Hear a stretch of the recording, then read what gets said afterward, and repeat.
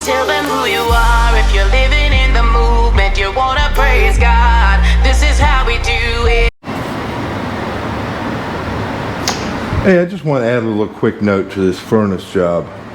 Even though that I added all of that extra air intake and the furnace is running, it's 71 degrees in here. I have it set at 70, okay? And the room temperature is 71, okay? 71 degrees.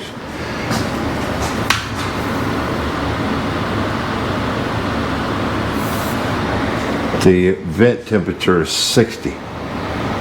That's not enough. It's got to be down in the 50s.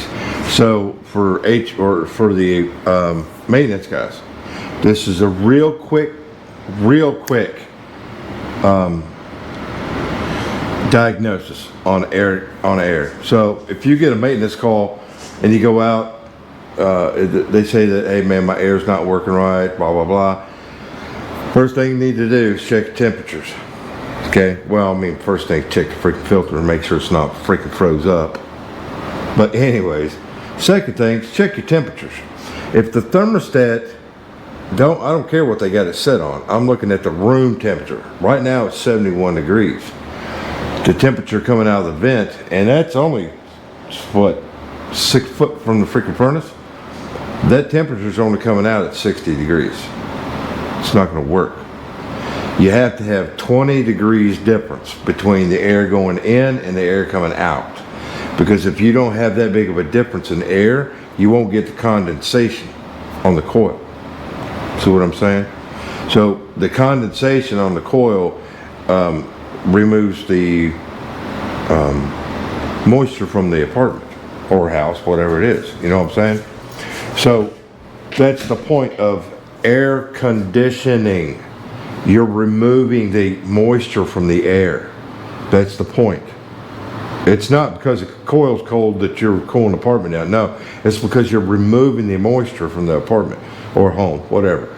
So the only way to remove the moisture is the coil has to be cold enough for it to condensate. You take a bottle of pop or whatever, you set it down outside, the pop's cold, the outside air is warm, the bottle starts to condensate. See what I'm saying?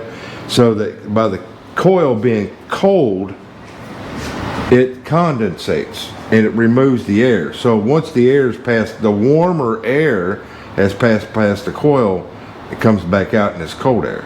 See how that works? So just a quick note, man. If you come in on a no cool call, always check your vent temperature. If it's not 50 or right about, my ideal is about 54. If you can get it about 54, it's golden, man. It's working great. So that's one thing to always check first, guys. Check the temperature on that return air or the vent. Cool? Peace out. Learned something today. Top of day 2. Back in here on this treble, on this furnace area. So today we're just going to put another coat of mud on this, kind of straighten this up a little bit, and let's see the bathroom. Take a look at the bathroom real quick. Yeah, we'll float this door out some more, make that look pretty. It'll look fine when I'm done. Maybe clean that up a little bit. That's about it. And we're gonna try some. I'm gonna try something on these right here. I'm going to get a filter return, see if I can make one fit that. Make it easier on me, because if I can do filter return on that, then it's easier for me to do the swap outs on the furnace filter. So that's all I got today. Let's get it done, bro. So I went through, put another coat of mud on the walls. It's just a second coat. It's a float out, no big deal. And then the bathroom doors, I did the same thing in here, just a float out. And then we'll still put another coat on this, because this is the door. We'll float that out even farther, make it look pretty. Cool. So now I'm gonna work on this furnace return. I'm gonna see if I can figure out a way to put a filter return on that. If not, I'll put the door back on. Alright, so this is the blower motor out of the apartment. The furnace I just fixed, where I just cleaned the coil. It's like freaking filthy, man. Them blades are all jacked up and it's sticky. So I'm gonna pull this motor out and we'll clean that squirrel cage real quick.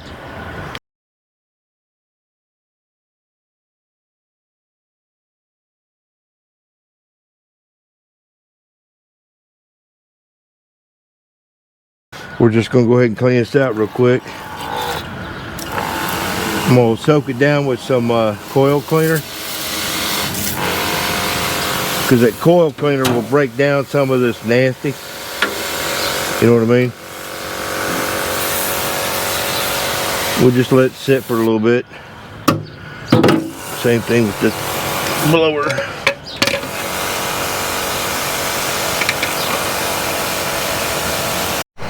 So the chemical's been on there for a little bit.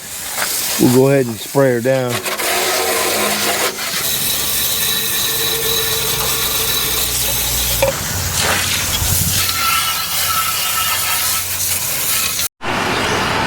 Alright, so I got it all back together. It's pretty clean. This is like, it's like a gooey, you know, but I mean, it's clean. It is what it is. But the blade is all put back together.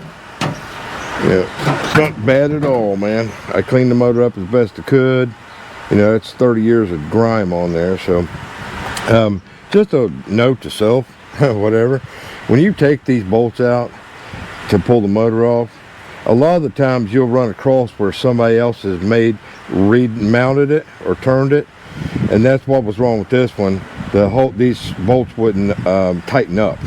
They go in the hole, but it wouldn't tighten up. So a lot of times you'll just slightly turn it, re-drill a new hole. That's why I like the, where'd it go? These little step bits, they're perfect for that. So I just, you know, marked them, step bit, and re-tapped them. So this is good to go.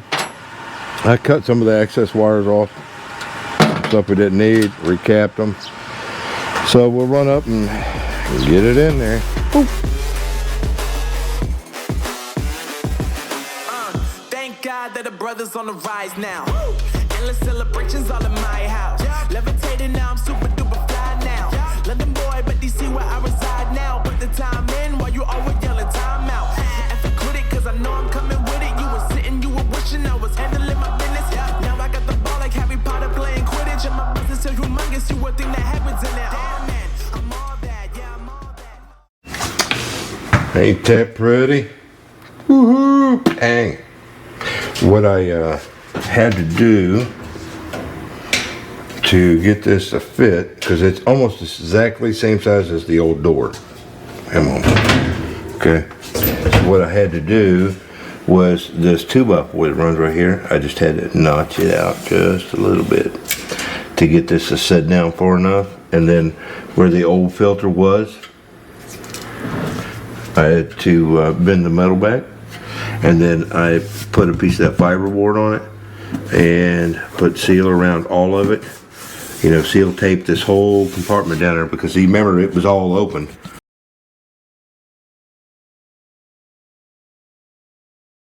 You know, and it sucked crap up in there. And then the hole that's in the wall, I foamed that shut. And bam, blam. Ain't that freaking nice, man? I gotta make sure you get tapped in. But besides that, that's freaking nice, man. Woohoo! 20 by 20 filter return. Now, filter goes in here. For those guys who don't know what I'm doing here, get the tabs back out. My filter goes in this track. So the filter sits right here. Versus the filter used to sit in this track. And they never did work right. You know, maybe originally they worked right, but I gotta bend that one a little bit because it's sticking out, so make a cut on it. But anyway, so my little idea worked. I thought I was gonna have to mount that to the door and then mount the door on the wall, but instead that worked perfectly, man. Woohoo! Let's get it on, bro.